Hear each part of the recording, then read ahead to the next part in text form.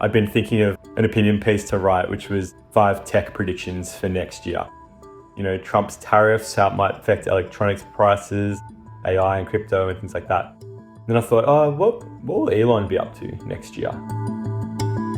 He's been so just incredibly busy with everything he's got going on with X, with Tesla, SpaceX, and now politics too with Doge and everything he's doing with Trump.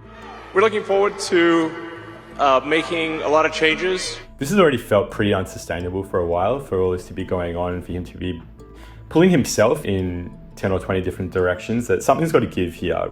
Tesla had just posted a drop in sales as well for the first time in 9 years or something like that. So I thought the board will possibly get fed up and say, look, let's bring in a chief executive who can steer the ship a little bit. So I kind of wrote that and put the piece up. I was at my parents' beach house and it was all pretty relaxed there. And then when I woke up, I had, hundreds of Twitter notifications. And I thought, if that ever happens, it's not like hundreds of people being like, great story, David, like, well done. It's always like, okay, something's happened here. And he responded saying that his prediction for next year is that the Sydney Morning Herald is going to decline in readership for lying to its audiences and boring them to death.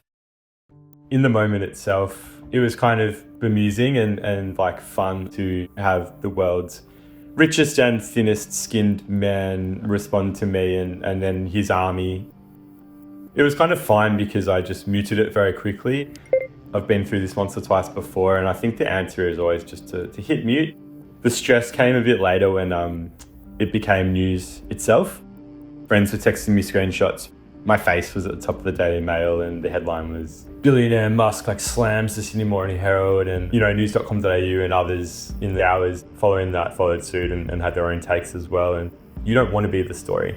And that's why it's kind of a bit uncomfortable even just, talking about it and writing about the saga. Is our instinct is to report on the news and not become the news, I think, or at least that's what it should be. I would say about Elon's army specifically, they seem terminally online, and broadly speaking, I would say that they're the types of people that if Elon sipped his followers onto somebody, that they could then maybe use their online skills to maybe look up, my home address or potentially pose a threat to my physical safety, for example. I think it's not something that I was necessarily assuming might happen, but I think it goes through your mind when headlines like that pop up and when Elon is the instigator. I think, my family were a bit worried about that. We haven't really seen anything like this before in terms of just the sheer power that Musk wields when you think about it. When he owns X, he has his hundreds of millions of followers there. Yes! And he's just choosing now to throw his weight around politically. This is what victory feels like.